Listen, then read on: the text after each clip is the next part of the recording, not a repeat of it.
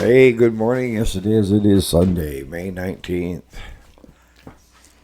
So, I'm trying to think of what to do for a topic today, so I thought we'd talk a little bit more about, parts and the good, the bad, the ugly. All right, so stay tuned.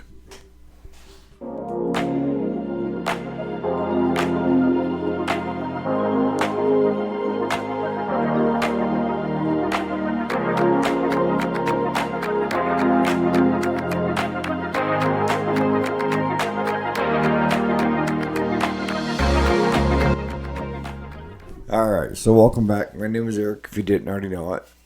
We do the weekday show Monday through Friday, and on the weekends, I usually throw out a video every day for a daily upload so that you got something to either watch for entertainment or maybe learn something from it. Today I thought we'd talk a little bit about everything because there's no specific topic that, I feel that there should be a sermon about. But what I thought we'd talk about is a number of you are making comments about, keeping it real. And that's what I want. I want it authentic. I started this channel with trying to be just who I am. I'm not trying to add fluff. I'm not trying to be likable, be somebody that I'm not, attract the wrong people for the wrong reasons. Because for me, if somebody presents themselves a certain way and you like it and you meet them finally, it's refreshing to find out they're normal. Yes, normal is refreshing because abnormal seems to be the going thing. Is you have to do asinine things or show a little bit of skin or, look, I can start my videos with showing my legs, but they're hairy, so ha ha ha. I am who I am, Popeye, right? So, I appreciate that you guys can appreciate that as well because I do. I appreciate meeting people that are real, that are down to earth, not trying to impress me, just good people. And that's what I did yesterday was I worked. We do hay ground on 3 different farms and then a couple other properties that are like 60 acres, 70 acres. And on mine and half of the other ones, they just give me the hay. Just come cut it, keep it cleaned up, Eric, and, we're good. But what I end up doing with those folks is they either get beef or I give them a few bucks, or like yesterday, Terry and her husband's, just had major back surgery, had a heart attack, had open heart surgery, and he wants to do stuff, but he can't, all right? And they had this one tree that was leading towards the house 2 years ago. It was a big old cherry tree. And they fell it. They had some people come out, and they had to actually use winches and ropes and everything else to pull the tree away from the house to fall it. And it took them almost a week to do it. She was wondering if I could help them cut that up for firewood. So I said, well, let me come look and see what you got, Terry. And then we'll go from there. So I went down and looked at it Friday. And the tree, probably the butt of it is about 20 inches across. And I explained to him, I said, look, first of all, the butt of this cherry, let's take the first 8 to 10 foot and make it into a log. And then we'll get the log out. I'll throw that onto my trailer, and then the rest we can cut up into firewood. So I know a log buyer that might be interested in that cherry. She said, well, I don't really want to do that. I just want to get it all blocked up. I said, Terry, that log could be worth $300. I said, how much are you paying for your firewood all blocked up that you got last year? And she said, around $60 a cord, and I ordered 10 cord. I said, well, that would have paid for half of it. But she still insisted that she wanted it blocked up. It was worth more money to her, in firewood than it was in log length. So I said, you're the boss. I'm the peon on this one, And they had one that was actually worse than the one they took down, from what they told me. Because the stump on the first one looked pretty straight. And, it's got probably a 12, 14 foot log in it. I could probably get with a couple of limbs trimmed on it. So I asked her, I said, now you got this one here. This one is leaning towards your propane tank in the back side of your garage. And it sits right next to the stump in the log of the first one. And the guys left the rope on the log. Can't be too valuable of a rope, but... So she wanted me to... Can I come down and get the log in the fire? I said, well, what I want to do is I want to bring the tractor down. And I got to lift the log up over that stump. I'm going to bring it out right along the edge of the yard, staying off your yard so that it's not where you mow. And I'll block it up there. We'll get it split up, throw it in my dump trailer, take it around, dump it in front of the woodshed or pile it, whichever way you want to do it. And then come back and then pull where we left off, pull that section out again, and then we could block up that section. And I said, well, I've got the tractor here. What I want to do is I want to swing around and put the tractor in between the garage and where I want it to go. And I said, what I'm going to have Claude do is I'm going to have Claude get in the tractor, and I'm going to have him just put pressure on it. And let me get a notch in it, and let me get partway through. And then when I know I can hit it real quick, like in less than a minute, I'm going to give Claude the signal to start putting more pressure on it. And my Deutz is big. I mean, really big. So this tree is nothing for it. We've fallen bigger trees than that with this. But I want to control the lean. So all I want is just for him to take and put the bucket right up against it and just start pushing when I start finishing the cut. So it will fall over into there, into the woods. And I told her, I said, we don't want to do that until we get the other all cut up, split, and put away. She said, well, why is that? And I said, well, the stuff that we cut up and split now, that can be used this fall. This one is still alive and green. It needs some time for curing. I said, cherry dries pretty fast, but...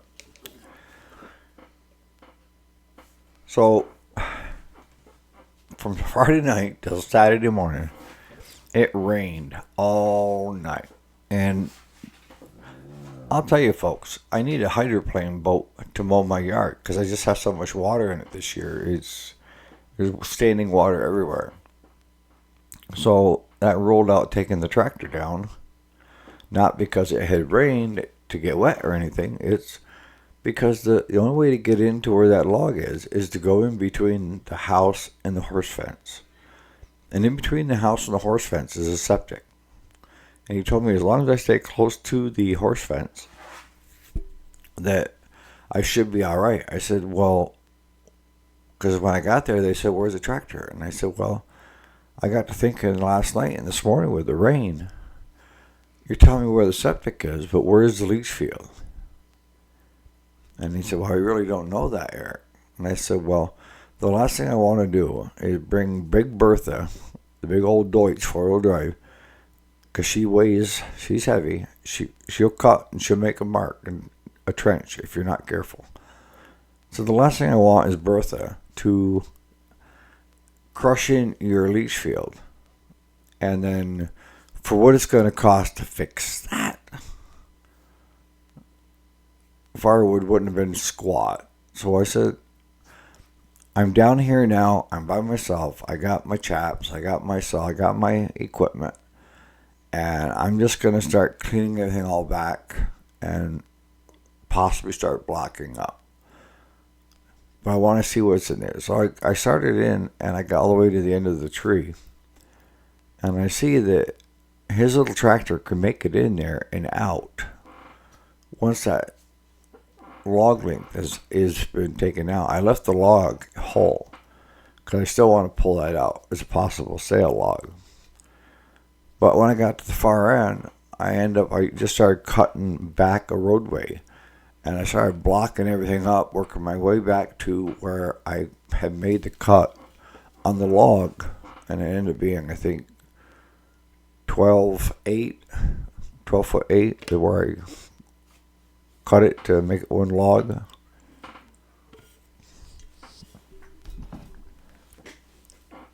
So I have that all blocked up. And the log.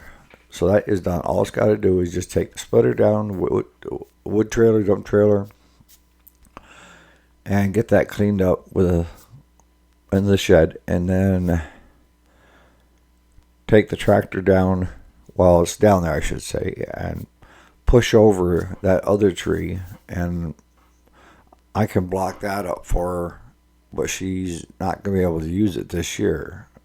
I don't know. Cherries are fast drying. You don't want it too dry, but that's what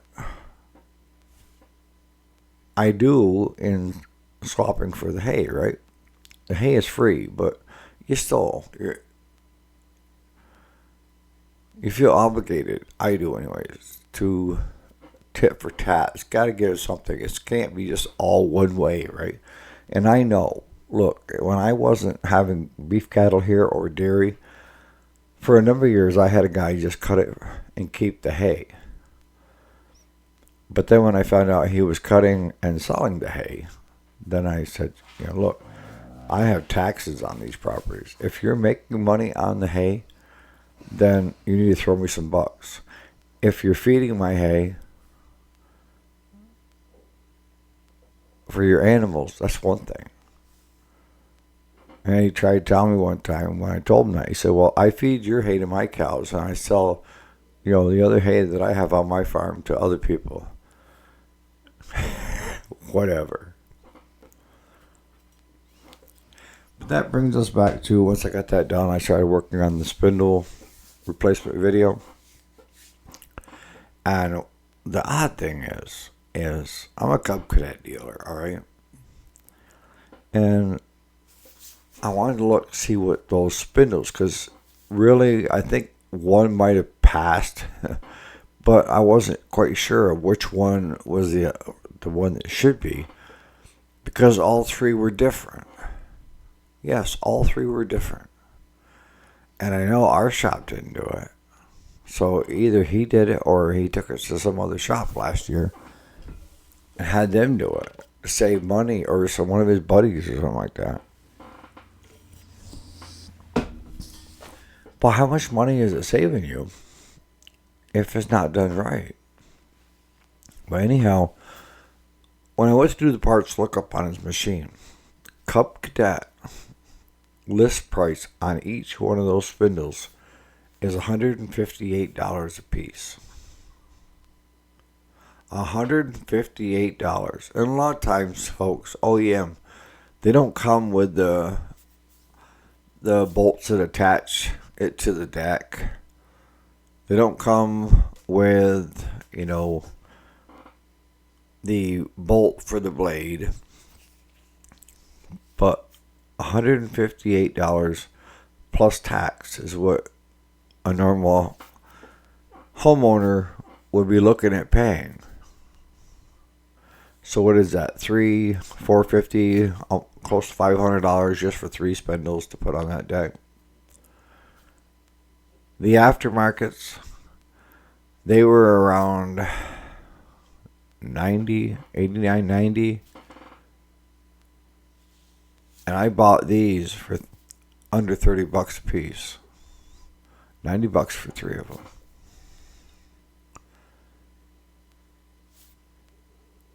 When I say when you're taking care of yourself or your customer, cost has got to come into it, It's hard for me to tell a customer that spindle is worth $158. And let me tell you, my cost on the OEM and the aftermarket the OEM was higher than what I bought the 3 for. The aftermarket was about 60, 70. Not much. I bought all 3 of them for about 1.5 spindles through the aftermarkets. So I have to do what's best for my customer and do what's best for the shop. Now, if I told the customer it's going to cost him $500 to replace the 3 spindles, he's going to kind of kick back. But if it costs me, 30 bucks a piece, even if I mark them up to 60, right? That's 180 bucks. That's still the price of one, a little bit more than one OEM. Location, location, location, and customer.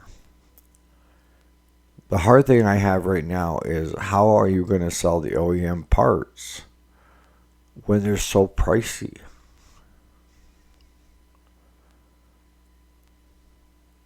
If you gave your customer that option of 158, 90, or 30, which one are they going to go for? Which one are you going to go for? I know which one I'm going to go for. I bought the 3 of them with free shipping, and I had them within 2 days. 2 days. Now, the blades, the belts, and all that stuff, yes, I went through an aftermarket rotary. I'm not afraid to speak up. Say the companies that I do business with, because we have a mutual respect for each other, and it's been a good relationship. So, in the end, it's what you think your customer is willing to pay, and where that price point is, and where it starts to price that tractor, lawnmower, what have you, at more than what it's really worth, and then justifying it. So for you guys that are do-it-yourselfers, and you ask me what's the best option there, go with the ones on eBay or Amazon, 3 for the 90 bucks with the free shipping. But the key is you need to make sure you're getting the right part. And that's where the confusion comes in, because that middle step gets missed. Okay, me as a dealer, when it comes to finding parts, now, for every brand that I carry, I have a portal that I can go into, log into my account with each company, and take the model number and bring up the schematics for each. And that's the way I find the parts, okay, that I need. And I put down the part numbers. I'll usually open up Notepad, and then I'll just copy the part number and put it in Notepad, and then type out what it is, how many do I need, And I get a list of the stuff that I need. And then I start looking on eBay, Amazon, and I check the OEMs, and I check the aftermarket companies. Because some of the things that, the newer stuff, the aftermarket and the Chinese have yet to put it out. So sometimes you have to bite the bullet and go OEM. But if you are a do-it-yourselfer and you don't have access to that, or someone that's just starting into the small engine repair, but you're not a dealer for Cub Cadet or AYP or what have you, then simply finding the model number. And when you're looking for model numbers, remember,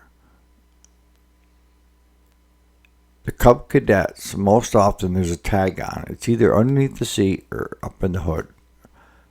You can't always go by, because a lot of times those companies will have underneath the hood, it'll give you the blade number, the belt number for the deck, for the drive, this and that. And you gotta be careful with that, because I've seen people, unless you bought it brand new, I've seen people swap hoods.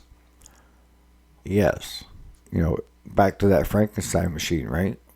Because the original hood got cracked or broke, because most of them are fiberglass, and they grabbed the hood off a different one, stuck it on there, and everything is wrong that's on that hood. And then the other thing you have to make a distinction about is that the model number for the machine is for the chassis and deck and all that. And most often the engine has got their own model number. Like if you're looking up for Briggs, you got to look on the valve cover, and that will give you every part that's on that Briggs engine. Kohler, find the model. It's somewhere there, and you may have to take the serial number, because some of the models go up to a certain point, and then there's subtle changes from that point to the end of it. The same model, right? So sometimes you have to look at the serial number and compare to see that you're either below that number or above that number, is what they say. That will give you the model number. And then from that point, just go to Google and put in that part number or that model number, and behind it put parts diagram lookup or parts lookup diagram. And that will bring up like jack small engine, replacement parts. There's a lot of them out there that are doing it. And you can use their schematics to find the actual part numbers that you need to repair that deck. If most often with those, they'll have one schematic showing the deck with the blades, the belts, all that for the deck. And then they'll show like a drive for the drive belts, pulleys. They're broke down. And at that point, then once you find the part that you're looking for, let's say it's the spindle on the deck, you bring it up, and most often with these schematics, jacks and knee replacement, if you click on the number one highlights, it'll bring up to the part number and the cost if you were to buy it through them. I'm not saying to buy it through them. I'm not saying not to buy it through them, but from there, you've got the part number. So now copy those part numbers down and then do your research.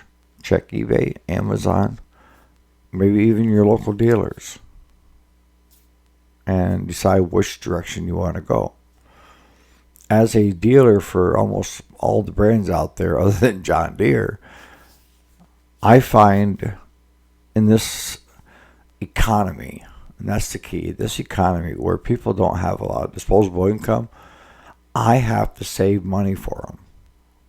Because if I don't save money for them, they won't be able to pay me. And I need to get paid too.